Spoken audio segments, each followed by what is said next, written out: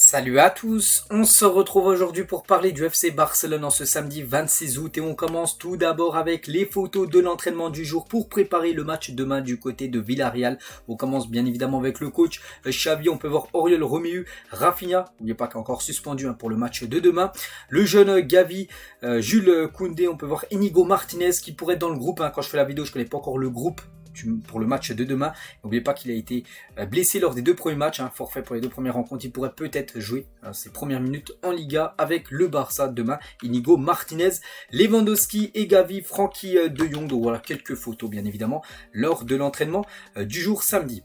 On va parler aussi de Marcos Alonso qui n'avait pas joué lors des deux premiers matchs, pas parce qu'il est blessé, juste parce qu'il n'était pas inscrit auprès de la Liga. Ça y est, c'est fait. Il est maintenant enregistré. On peut voir Marcos Alonso, Espagne, né le 28 décembre 1990. Il est bien enregistré, ce qui veut dire qu'il peut et il sera certainement dans le groupe du Barça pour cette rencontre demain. On va parler de Pedri, donc lui ne sera pas dans le groupe parce qu'il est blessé, on le sait, on en a parlé hier, blessure quand même quasiment 2 mois d'indisponibilité pour Pedri et les antécédents de blessure de Pedri sont assez troublants, donc on peut voir par exemple les jours loupés, par exemple il y en a une 102 jours loupés, 23 matchs en tout qu'il avait été forfait Pedri, la saison dernière 11 matchs loupés, c'est vrai qu'il commence à avoir pas mal de blessures, ce jeune joueur qui a beaucoup joué, parce qu'il a percé très tôt à quasiment 17 ans et il a beaucoup joué, il y a même une saison où il avait joué la Coupe du Monde, ensuite l'Euro, tout ça, puis du coup il fait tellement de matchs tous les 3 jours, puis du coup les blessures sont arrivées, donc on lui souhaite bien sûr un bon rétablissement à Pedri. C'est comme un gros coup dur pour le Barça de ne pas l'avoir là pendant quasiment les 2 prochains mois. On va parler de Cancelo, donc aujourd'hui on est le 26 août et pour l'instant il n'y a encore rien concernant Cancelo, c'est pas encore officiel et ça serait même un miracle que le Barça arrivait à signer Cancelo cette semaine, ce qui veut dire en gros que Cancelo, que ce soit aujourd'hui ou demain, c'est pas possible son transfert, ça sera certainement semaine prochaine, et même Fabrizio le dit, Romano, donc il a dit Cancelo rejoindra le Barça dans les derniers jours du mercato. On lui a dit à nouveau que toutes les parties ne sonnent pas que l'accord est en doute ou en danger, donc en gros l'accord va bien être trouvé, il n'y a pas de souci, mais ça peut pas encore se faire maintenant, ça se fera peut-être jeudi, n'oubliez pas que la fin du mercato c'est jeudi soir, ça peut être jeudi, mercredi, mardi, mais pas aujourd'hui ni demain, ça ne devrait pas se faire cette semaine, donc toujours en attente de feu vert en tant qu'approbation du fair play financier, mais l'accord en place sera bientôt scellé en attendant patiemment, donc il attend tout simplement que le feu vert soit ok pour officialiser son transfert, donc je l'ai dit, ça devrait se faire semaine prochaine, de toute façon ça devrait se faire la semaine prochaine parce qu'on arrive à la fin de mercato, je dis jeudi prochain, donc voilà, concernant bien sûr le joueur portugais. Concernant Fresneda qu'on a beaucoup parlé aussi lors des mercato, donc j'ai dit c'était soit Cancelo, Fresneda, et du coup vu que ce serait plutôt Cancelo qui arriverait, du coup Fresneda lui devrait plutôt rejoindre maintenant le Sporting Lisbonne. Le joueur espagnol attendait le Barça, il attendait tout ça, puis il avait bien vu que c'était Cancelo qui devait arriver et du coup il a choisi une autre option, donc ça sera le Sporting qui rejoindra le jeune joueur de 18 ans. Le Bayer Leverkusen a update sur sa liste mais il n'a pas encore fait d'offre au Barça, voilà, donc on verra peut-être dans les dernières heures, les derniers jours du mercato, Leverkusen fera une offre au Barça pour Abdé. Après ça sera au Barça de l'évaluer cette offre, et après ils décideront s'ils lâcheront ou non le joueur. Après il faudrait que ce soit une belle offre, sinon bien sûr il faut le conserver, le joueur marocain. Xavi a donné son ok concernant l'accord avec Félix, le club veut un prêt sans option d'achat, donc voilà, concernant Félix, donc lui aussi exclu totalement de son club, du côté de l'Atlético Madrid, donc ça peut se faire, surtout que Xavi a donné son oui, parce que Xavi on sait que c'est très compliqué qu'il donne un oui à un joueur pour qu'il vienne, ça arrive bien sûr, mais voilà, concernant Félix il a reçu le oui, maintenant il faut que Laporta passe à l'action et que le club du Barça et le club de l'Atlético Madrid se mettent d'accord concernant le prêt certainement de Félix du côté de Barcelone. Concernant Ter Stegen, donc c'est officiel, il prolonge, le communiqué officiel de la part du Barça sur Ter Stegen, il prolonge jusqu'en 2028. Ter Stegen, nous gardons le meilleur gardien, donc ça y est, on a parlé en plus ces derniers jours qu'il allait prolonger, donc ça y est, c'est fait.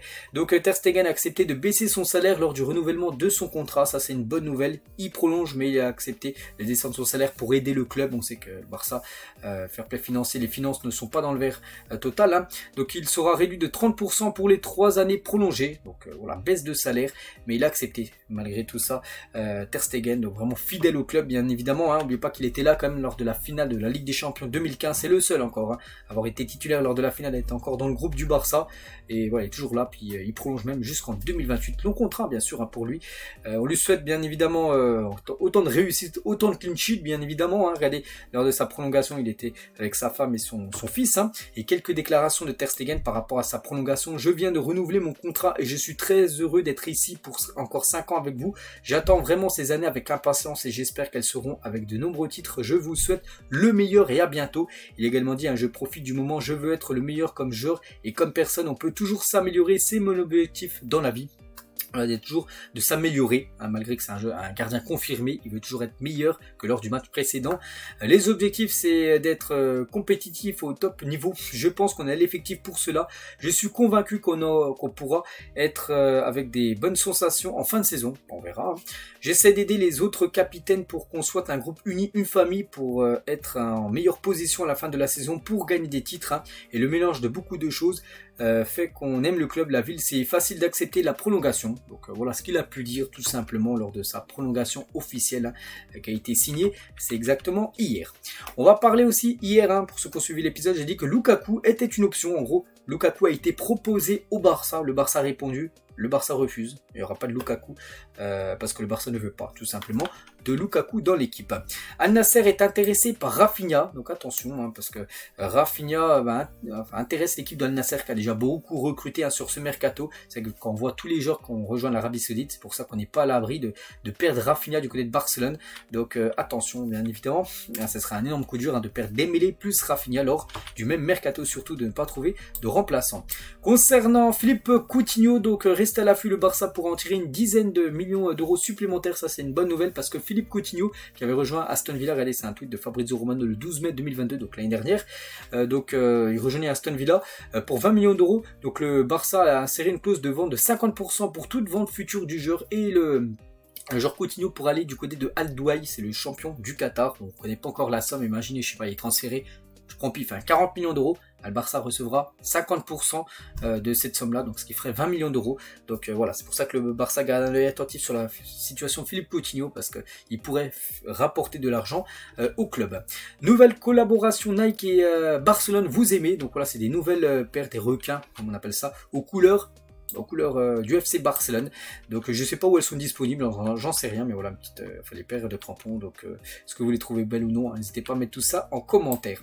Le jeune Lamine Yamal et l'entraîneur du Maroc, de Walid Regragui, ensemble dans un restaurant de Barcelone. N'oubliez pas que Lamine Yamal, on ne sait pas s'il va prendre l'Espagne ou le Maroc, mais on peut voir qu'il était avec Regragui, qui est le coach du Maroc. Peut-être qu'il lui a dit, vas-y, il lui a certainement, même c'est sûr, essayer de le convaincre de jouer pour les Lions d'Atlas, donc la sélection marocaine. Donc on ne sait toujours pas ce que va faire Lamine Yamal, même si les journaux espagnols disent qu'il va jouer pour l'Espagne, on ne sait pas, parce que par exemple il a dîné, c'était hier soir avec le sélectionneur marocain. Et toujours avec Lamine Yamal, va recommencer à vivre dans la résidence de la Masia, le centre de formation du Barça.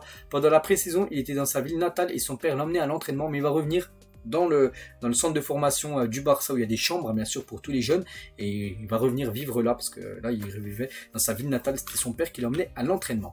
Regardez les 2-1 aujourd'hui, Sport et Mondo Deportivo, les 2-1 que je vous montre tous les jours, donc ça parle pas trop du FC Barcelone, Ter Stegen 2028 sur les 2-1 soit Sport tout en bas ou en haut de Mondo Deportivo, Ter Stegen, mais ça parle bien évidemment aussi de l'affaire Rubiales, le président de la Fédération espagnole de football, et par exemple Marca, qui est un journal plutôt madrilène, donc eux ils mettent un honte mondiale par rapport à Rubiales, et Luis Rubiales, je ne vais pas démissionner, parce qu'hier il y avait une conférence de presse, on pensait tous qu'il allait annoncer sa démission, pas du tout, il ne veut pas démissionner par rapport à ce qu'il a fait. C'était dimanche dernier, le bisou sur la bouche à une joueuse, Ginny Hermoso, une joueuse espagnole, et il dit que lui, c'était normal en gros de faire ça. Et le Barça, les gars, a sorti un communiqué qui condamne fermement le comportement de Luis Rubiales. Donc voilà, le FC Barcelone souhaite préciser qu'il considère totalement inapproprié le comportement du président de la